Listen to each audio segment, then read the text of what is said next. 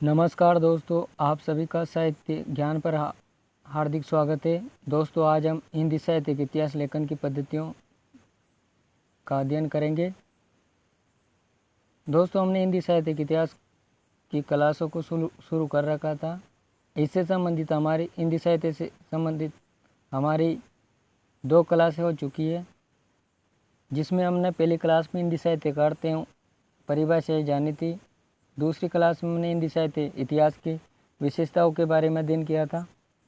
दोस्तों, अगर आपने वो क्लासें नहीं देखी हो तो उन क्लासों को अवश्य देखें, ताकि आने वाले जो भी परीक्षा है उनके लिए वो क्लास आपके लिए बहुत ही महत्वपूर्ण साबित होने वाली है। शुरू करते हैं आज की क्लास को।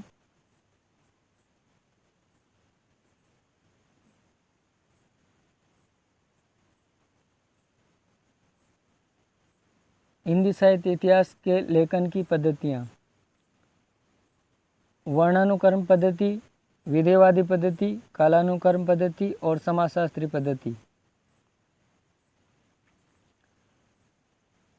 वर्णानुक्रम पद्धति: इस पद्धति में कवियों लेखकों को उनके वर्णमाला क्रम के अनुसार स्थान दिया जाता है। इस पद्धति में के नाम से प्रारंभ होने वाले कबीर और केशव का विवेचन एक साथ किया जाएगा, भले ही वे कालक्रम की दृष्टि से भिन्न हो। इसके प्रयोगकर्ता गारसदे तासिये तथा शिव सिंह सेंगर। वर्णानुक्रम पद्धति की प्रमुख विशेषताएं: ये सबसे प्राचीन पद्धति है, मनोवैज्ञानिक पद्धति है, शब्दकोशीय पद्धति है, व वैज्ञानिक पद्धति है। मोस्ट इम्पोर्टेंट दोस्तों, पूछा जा सकता है कि शब्दकोशीय पद्धति कौन सी है, तो कौन सी है? वर्णानुक्रम पद्धति। अगली पद्धति हमारी कालानुक्रम पद्धति। इसमें कवियों व लेखकों का परिचय उनके कालानुक्रम अनुसार या जन्मतिथि के अनुसार दिया जाता है, और इसके प्रयोगकर्ता हैं जॉर्ज अब्राहम गिरेसन और मिश्र बंधु। इसकी विशेषता है, ये भी वर्णानुक्रम पद्धति की भांति मनोवैज्ञानिक पद्धति है, अवैज्ञानिक है, और सबसे लोकप्रिय पद्धति यही है। अगली पद्धति है विधेयवादी पद्धति। इतिहास लेखन की सर्वाधिक लोकप्रिय सर्वोत्कृष्ट पद्धति, और इसके जन्मदाता तेन या बेन महोदय माने जाते हैं। विश्व में इसका प्रयोग तेन महोदय ने किया था, और भारत में हिंदी साहित्य के इतिहास में आचार्य रामचंद्र शुक्ल ने किया था, और आचार्य रामचंद्र शुक्ल का जन्म 1884 में हुआ था और निधन 1941 ईस्वी में हुआ था। इस पद्धति की विशेषताएं जान लेते हैं दोस्तों। इस पद्धति में कालक्रम को ध्यान में रखने के साथ साथ लेखकों व कवियों की शिल्पगत एवं भावगत विशेषताओं के अनुसार उनका वर्गीकरण किया जाता है। इसमें कार्य कारण संबंध को महत्व दिया जाता है। इतिहास लेखन की सर्वश्रेष्ठ पद्धति मानी जाती है।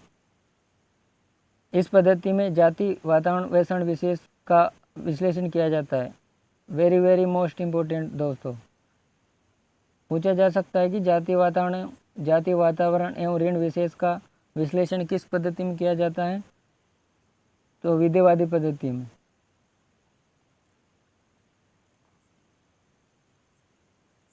इस पद्धति में युगीन प्रवृत्तियों का विवेचन किया जाता है, और इस पद्धति के दोष देख लेते हैं दोस्तों, क्या दोष है इसमें।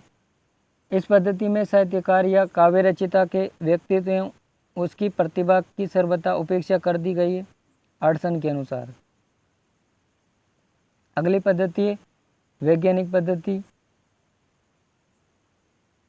इस पद्धति में कालानुक्रम का ध्यान रखने के साथ साथ पूर्णतः तटस्थ एवं निरपेक्ष या निष्पक्ष होकर तथ्यों का विश्लेषण भी किया जाता है, और प्रयोग करता है इसके हजारी प्रसाद द्विवेदी तथा गणपति चंद्रगुप्त।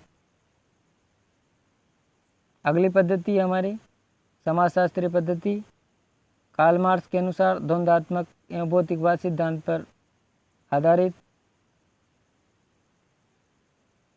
सॉरी दोस्तों, कार्ल मार्क्स के द्वंद्वात्मक एवं भौतिकवाद सिद्धांत के आधार पर मानी जाती है पद्धति।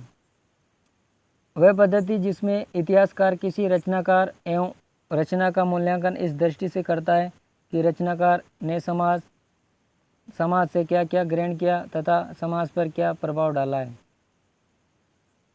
और इसके प्रयोग करता है आचार्य हजारी प्रसाद द्विवेदी। अब दोस्तों ये तो थी साहित्य इतिहास लेखन की पद्धतियाँ।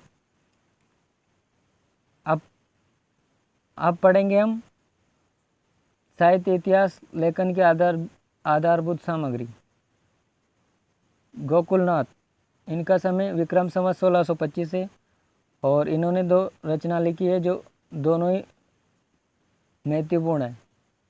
84 वैष्णव की वार्ता जिसमें वल्लभाचार्य की 84 शिष्यों का परिचय मिलता है, और दूसरी है 252 वैष्णव की वार्ता जिसमें विठलनाथ के 252 शिष्यों का परिचय मिलता है, और ये दोनों ग्रंथ ही गद्य में दिए गए हैं। इन दोनों की भाषा ब्रज है। अगले कवि है नाभादास, इनकी रचना का नाम भक्तमाल है। इस रचना का समय अलग अलग विद्वान अलग अलग मानते हैं। डॉक्टर राम कुमार वर्मा इसका समय विक्रम संवत 1642 मानते हैं, जो कि सर्वमान्य मत है। आचार्य रामचंद्र शुक्ल इसका समय विक्रम संवत 1642 के बाद का मानते हैं। नगेंद्र 1596 में ईस्वी मानते हैं, और महावीर गहलोत 1658 मानते हैं। इस ग्रंथ में 200 भक्त कवियों का परिचय दिया गया है। इस ग्रंथ में 316 छपे छंदों का प्रयोग किया गया है। विशेषता तुलसी का परिचय सबसे पहले इसी रचना में देखने को मिलता है। तुलसी को विशेष आधार देते हुए नाभादास ने तुलसी को अपने इस ग्रंथ का सुमेरु कहा है। बेनी माधवदास तुलसी के शिष्य माने जाते हैं। रचना इनकी मूल गोसाई चरित, रचना काल विक्रम संवत 1683। इस रचना में दोवा चौपाई छंद में तुलसी का जीवन चरित वर्णित है। अगले कवि है ध्रुवदास, इनकी रचना भक्त नामावली है। रचना काल विक्रम संवत 1698। इस रचना में ध्रुवदास के 116 भक्त कवियों का संक्षिप्त जीवन चरित वर्णित है। अगले कवि है कालिदास त्रिवेदी, रचना इनकी कालिदास हजारा। रचना काल विक्रम संवत 1775। इसमें 212 कवियों और लगभग 1000 कविताओं का संकलन है। कुछ कवियों का संक्षिप्त परिचय भी इस रचना में प्राप्त होता है, और इसी के आधार पर शिव सिंह सेंगर ने शिव सिंह सरोज लिखा है, और ये बहुत महत्वपूर्ण है दोस्तों, वेरी वेरी मोस्ट। पूछा जा सकता है कि शिव सिंह सेंगर ने शिव सिंह सरोज किस ग्रंथ के आधार पर लिखा है, तो कौन से ग्रंथ के आधार पर लिखा है? कालिदास हजारा, जो कि कालिदास त्रिवेदी का है। अगले कवि है कवि बलदेव, इनकी रचना का नाम सतगिरा विलास है, और रचना काल विक्रम संवत 1803 है, और इसमें 17 कवियों की रचनाओं का परिचय मिलता है। इनमें से मुख्य कवि है केशवदास, चिंतामणि, मतीराम, बिहारी और गणानंद आदि।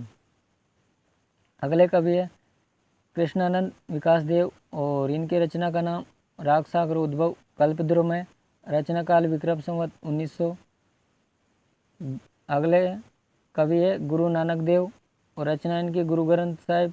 इसमें कबीरदास, नानक, रामदेव, रविदास या इन्हीं को रैदास भी कहा जाता है आदि संतों के पद संकलित है। अन्य ग्रंथ काव्य निर्णय, जो कि भिखारीदास का है। कवित रत्नाकर सेनापति। तो दोस्तों ये थी हमारी आज की क्लास। दोस्तों हमारी क्लास कैसी लगी? अगर आपको हमारी क्लास पसंद आई हो तो इस क्लास को लाइक करें और ज़्यादा से ज़्यादा अपने दोस्तों के साथ शेयर करें ताकि उनको भी इन क्लासों को फ़ायदा मिल सके। दोस्तों हमारे चैनल को सब्सक्राइब करें। कल हम हिंदी साहित्य इतिहास लेखन की परंपरा का अध्ययन करेंगे। मिलते हैं नेक्स्ट क्लास में, तब तक के लिए धन्यवाद।